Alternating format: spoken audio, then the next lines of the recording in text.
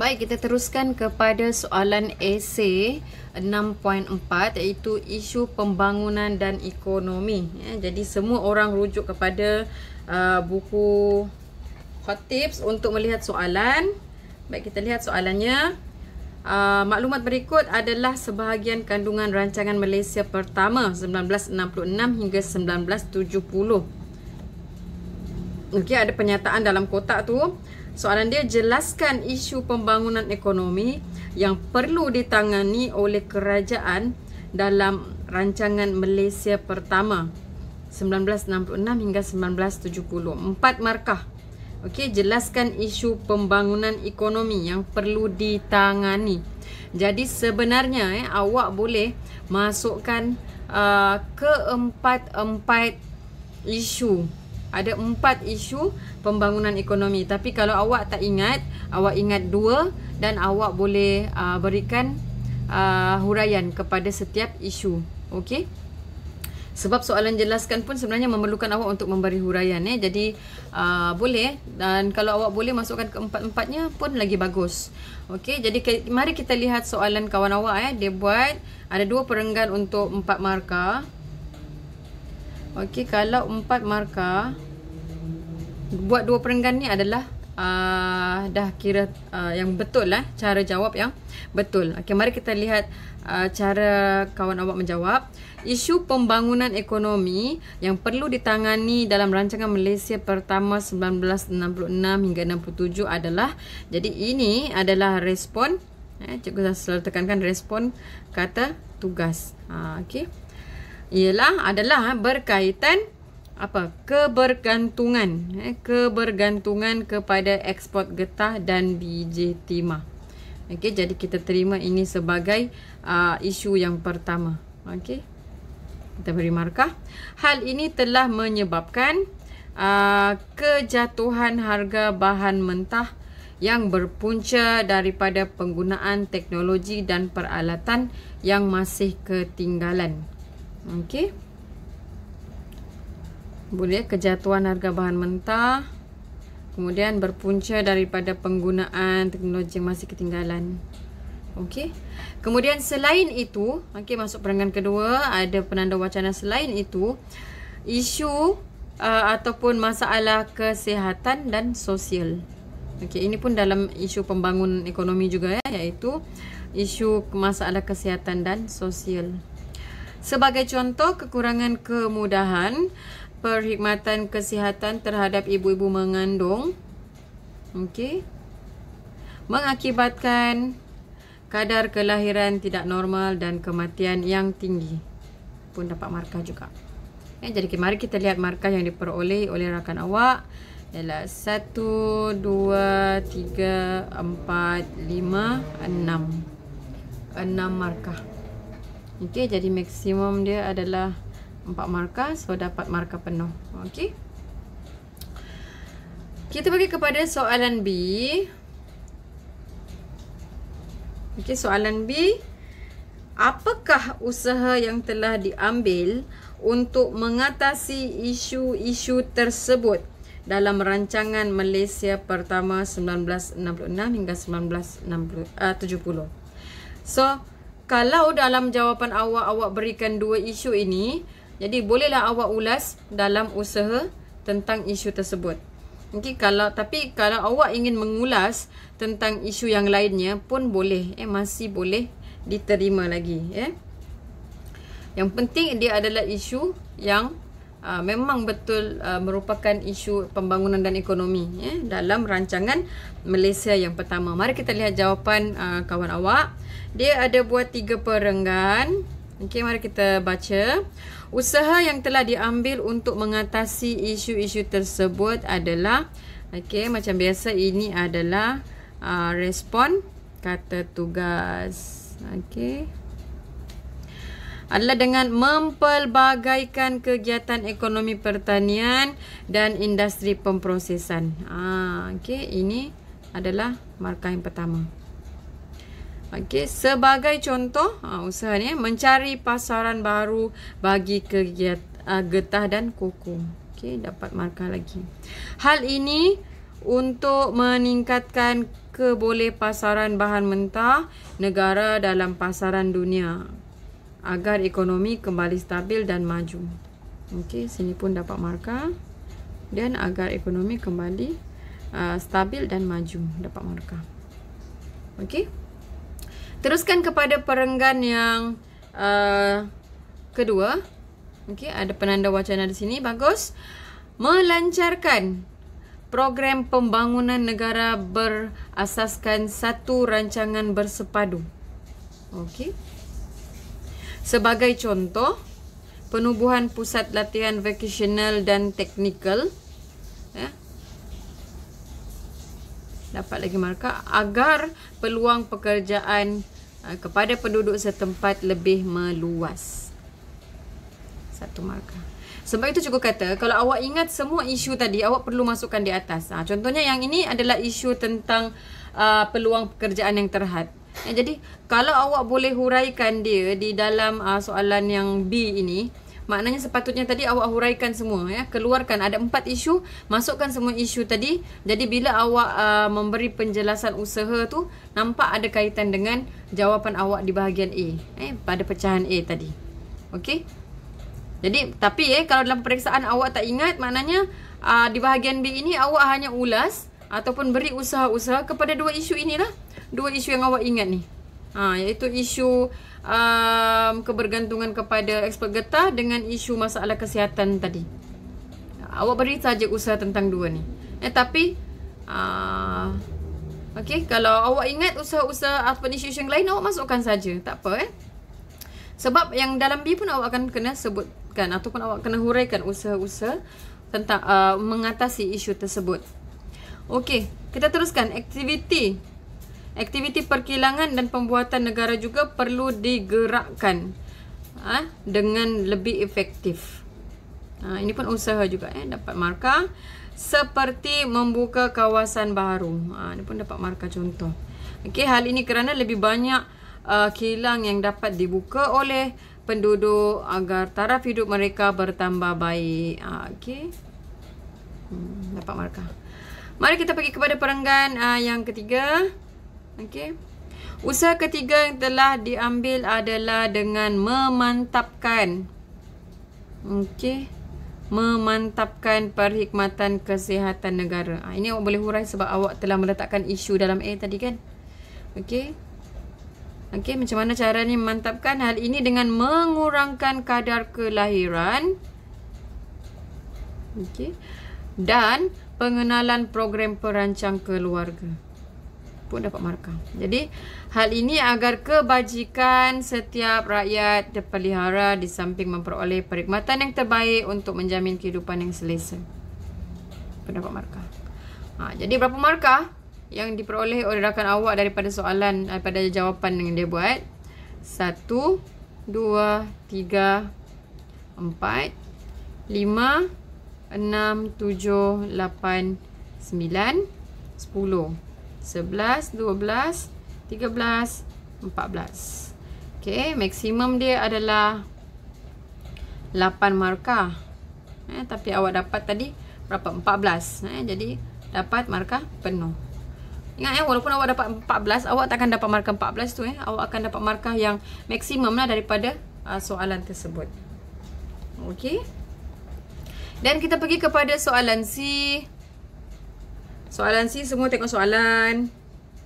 Okey, apakah rasional kerajaan memfokuskan objektif meninggikan taraf hidup penduduk kawasan luar bandar? Okey.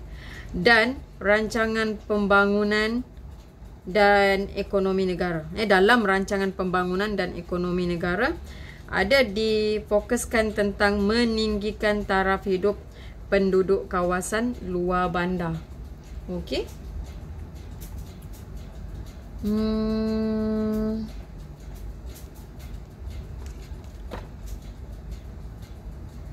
Alright. Kita teruskan. Maknanya rancangan ini adalah rancangan yang dibuat pada ketika itu Rancangan yang dibuat pada ketika itu, kalau awak boleh merujuk kepada muka surat 127. Okey. Semua orang boleh tengok buku teks muka surat 127.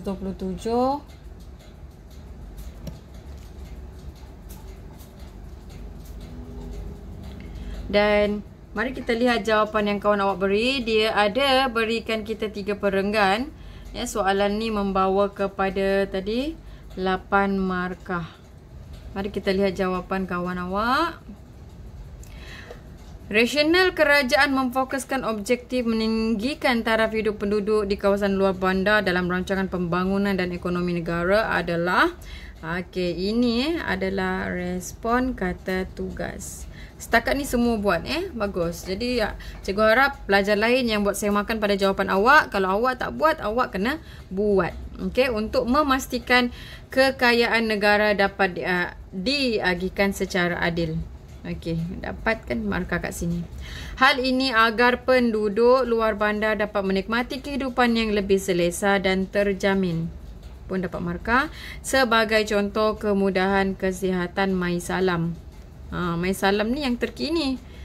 Dulunya tak ada. Awal-awal dulunya tak ada. Okey, jadi boleh dapat markah tak ni? Ya, tapi sebab kita tahu MySalam ni adalah untuk golongan yang miskin, golongan yang berpendapatan rendah. Okey. Jadi mungkin kita bolehlah berikan contoh walaupun dia tidak ada dalam buku. Jadi mungkin contoh ni masih boleh bertepatan, jadi kita terima. Okey, kita pergi pada perenggan kedua. Tengok penanda wacana selain itu. Menggalakkan peluang penduduk luar bandar untuk membangunkan diri daripada kemiskinan.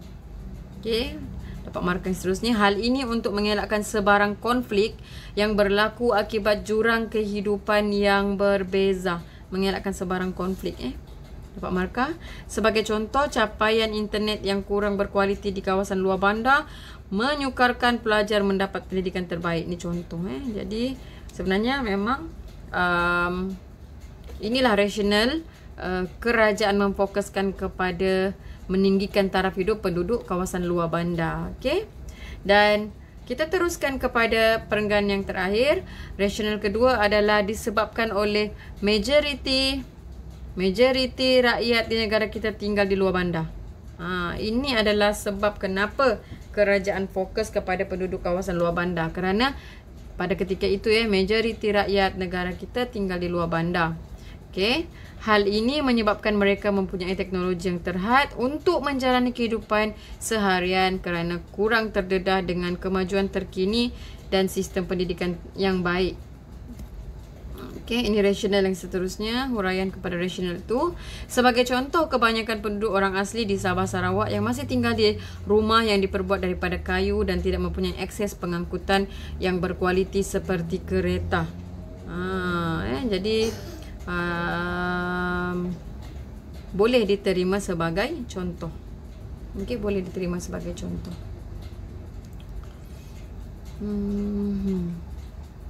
Baik. Jadi mari kita lihat berapa markah yang dia peroleh. Okey. Saya tukar kepada warna hijau lah. Okey, mari kita semak markah dia. 1, 2, 3, 4, 5, 6, 7, 8, 9. Okey, jadi rasional ni boleh jadi apa-apa saja janji dia boleh diterima pakai. Boleh masuk akal lah. Dia sebenarnya soalan kebat. Jadi awak boleh berikan apa-apa sahaja rasional. Jadi berapa tadi? 5, 6, 7, 8, 9. 9 jadi markah maksimum adalah 8. Maka pelajar ini boleh dapat markah penuh. Okey, jadi cikgu harap yang lain pun semak awak punya jawapan masing-masing. Ada tak awak mendapat markah penuh? Kalau tidak, kalau masih kurang, awak kena tambahkan. Jadi biar awak banyak menulis dan buat pembetulan, penambahbaikan sekarang. Yang penting masa exam nanti awak dah terbiasa dengan soalan ini dan awak boleh menjawab dengan baik. Okey? Itu sahaja untuk esei 6.4. Baik, kita teruskan kepada soalan esei yang terakhir, iaitu subtopik 6.5, tragedi hubungan antara kaum. Baik, semua orang tengok buku Hot Tips. Tengok muka surat 79 tu.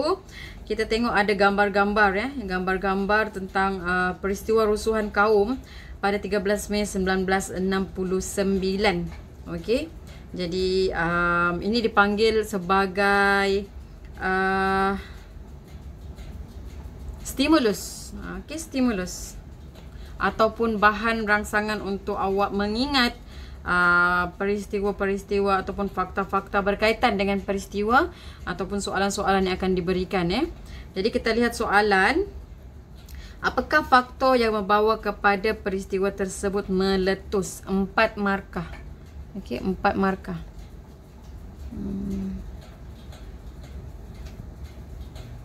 4 markah. Baik. Jadi mari kita lihat jawapan yang diberikan oleh rakan awak. So cikgu dah tegaskan kalau soalan apakah, awak perlu beri fakta sahaja, tak perlu hurai, tak perlu contoh. Jadi kalau kita rujuk pada buku teks dalam muka surat 129 ada 5 faktor yang menyebabkan berlakunya rusuhan. Okey, yang membawa kepada rusuhan kaum ni. Jadi kita lihat jawapan yang rakan awak tulis.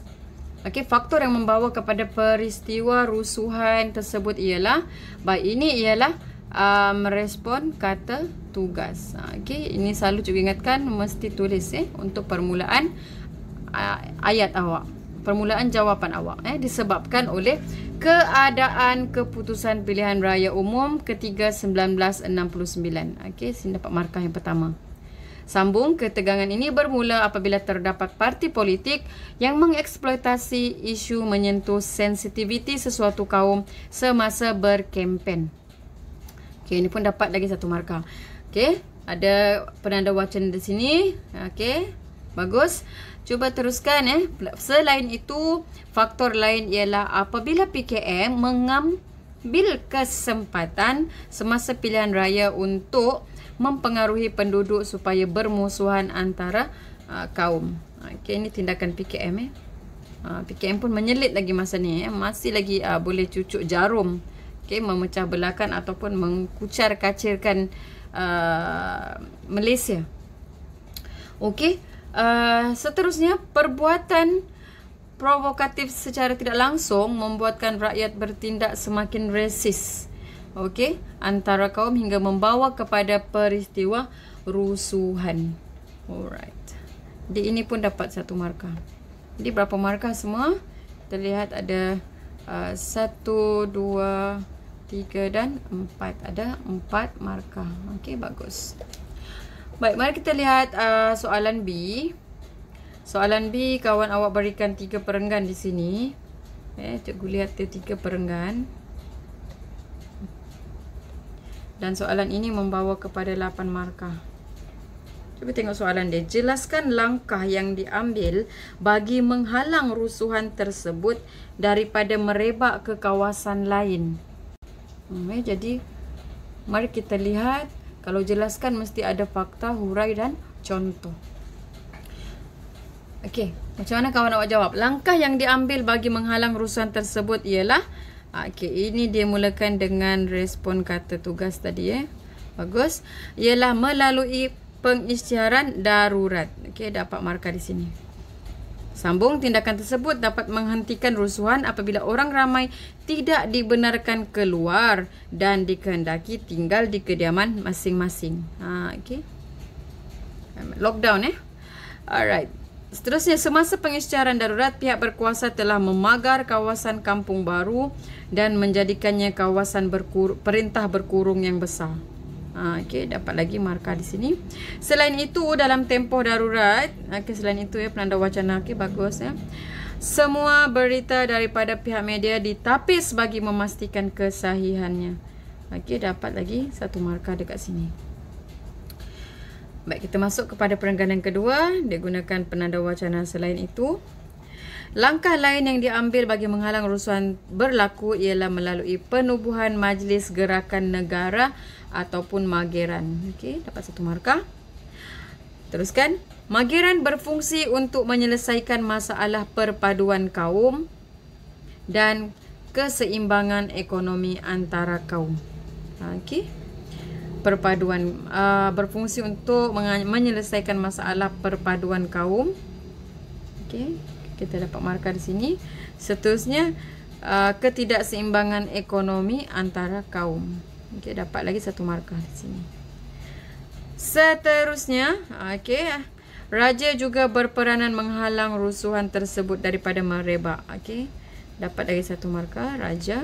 Sebagai contoh, Sultan Perak menasihati rakyat agar tidak agar menjaga keamanan ya dan tidak terlibat dengan rusuhan. Okey. Jadi berapa markah yang diperolehi oleh rakan awak daripada jawapan yang diberi? Kita lihat 1, 2, 3, 4, 5, 6, 7, 8, 9. Okey. Dapat 9 markah ya. Jadi maksimum adalah 8 markah. So akan dapat 8 markah. Baik. Kita pergi kepada soalan yang akhir, iaitu soalan C. Pada pandangan anda, apakah tindakan yang boleh diambil bagi mengekalkan keharmonian antara kaum dalam negara kita? Okey, berikan pandangannya, maksudnya awak memberikan ini dalam konstruk mencipta maksudnya memberikan pandangan, idea awak. Okey. Dan kita lihat di sini kawan awak memberikan 3 perenggan untuk soalan yang membawa kepada 8 markah. Aku tulis guna merah. Okey, 8 markah. Mari kita lihat jawapan kawan awak Pada pandangan saya, okey, dia mulakan dengan pada pandangan saya, tindakan yang boleh diambil bagi mengekalkan keharmonian antara kaum dalam negara ialah, okey, ini adalah cikgu selalu tegaskan, ialah respon kata tugas. Okey. Mempergiatkan kegiatan kemasyarakatan yang melibatkan semua kaum. Okey, dapat markah di sini. Hal ini kerana melalui aktiviti yang dijalankan, hubungan erat antara penduduk menjadi lebih rapat walaupun berbeza kaum. Okey, ini huraian dia. Kemudian ada contoh aktiviti kemasyarakatan yang boleh dilakukan ialah gotong royong. Okey, boleh berikan markah. Secara tidak langsung ia dapat menyemai nilai toleransi dan sikap saling hormat menghormati antara kaum. Okey, kita boleh berikan markah di sini. Menyemai nilai toleransi dapat 1 markah dan sikap saling menghormati antara kaum juga 1 markah. Okey, kita teruskan ya. Ada penanda wacana. Selain itu, tindakan lain yang boleh diambil ialah tindakan menyeimbangkan sosioekonomi antara kaum di negara kita. Okey. Menyeimbangkan sosioekonomi. Apa huraian dia? Hal ini bagi mengelakkan tercetusnya konflik taraf hidup berbeza antara kaum. Okey, seperti mana kita tahu, rusuhan kaum 13 Mei itu disebabkan oleh perbezaan ataupun ketidakseimbangan ekonomi dan sosial ya. Jadi kita cuba untuk menyeimbangkannya. Sebagai contoh, kerajaan boleh menyediakan ruang sosial bagi pelajar dari pelbagai etnik untuk berinteraksi seperti sekolah wawasan. Okey, dapat 1 markah. So bagi contoh sekolah wawasan boleh dapat 1 lagi markah. Kemudian ada penanda wacana selain itu, dari sudut ekonomi, kerajaan perlu memastikan pengagihan kekayaan negara secara adil antara kaum. Okey, 1 markah, supaya mereka yakin bahawa kebajikan mereka terjaga oleh kerajaan. Okey. Jadi berapa markah yang diperolehi oleh rakan awak di dalam soalan ini kita ada 1, 2, 3, 4, 5, 6, 7, 8, 9, 10, 11. Ada 11 semuanya dan maksimum ialah 8 markah. Okey, sekejap ya. Cuba padam dulu ni, teruk sangat rupa dia. Okey, maksimum kita ialah 8 markah. Okey, so pelajar boleh dapat markah penuh. Baik jadi cikgu harapkan yang lain juga telah menyemak jawapan masing-masing dan kalau boleh dapatkan markah maksimum. Okey, cuba ikut seperti contoh skrip-skrip jawapan yang telah kita pilih, yang cikgu pilih pada hari ini. Okey, jadi cikgu ucapkan selamat maju jaya kepada semua. Rajin-rajinlah buat latihan, banyakkan latihan ya, supaya awak boleh membiasakan diri dengan soalan-soalan dan awak dapat menjawab soalan mengikut kepada kehendak soalan dan juga markah yang diperuntukkan.